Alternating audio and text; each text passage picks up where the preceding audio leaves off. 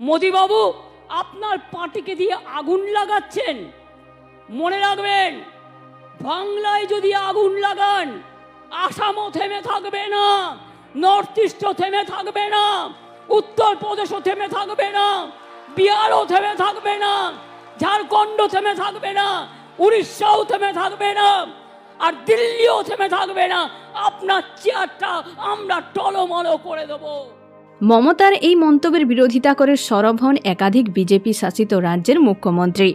অসমের মুখ্যমন্ত্রী বলেন, দিদি আপনার এত সাহস হলো কিভাবে যে অসমকে আপনি হুমকি দিচ্ছেন? আমাদের রক্তচক্ষু দেখাবেন না। উত্তরপ্রদেশের মুখ্যমন্ত্রী যোগী আদিত্যনাথ, ওড়িশার মুখ্যমন্ত্রী মোহন চরণ মাঝি, মণিপুরের মুখ্যমন্ত্রী এন বীরেন সিং এবং বিহারের উপমুখ্যমন্ত্রী বিজয় কুমার সিনহা মমতার মন্তব্যের বিরোধিতা করেন।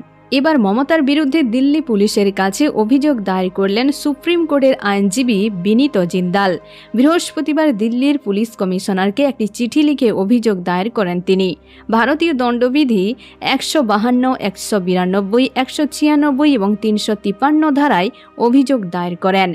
অভিযোগপত্রে বিনীত জিন্দাল লিখেছেন, দলের ছাত্র পরিষদের সভায় মমতা বলেছেন, বাংলা জ্বলছে, অসম, বিহার, ঝাড়খণ্ড, উড়িষ্যা এবং দিল্লিও জ্বলবে। এটা স্পষ্ট যে এই মন্তব্য প্ররোচনামূলক এবং রাষ্ট্রবিরোধী। বিভিন্ন অঞ্চলের একাধিক গ্রুপের মধ্যে হিংসা এবং ঘৃণা ছড়াতে পারে।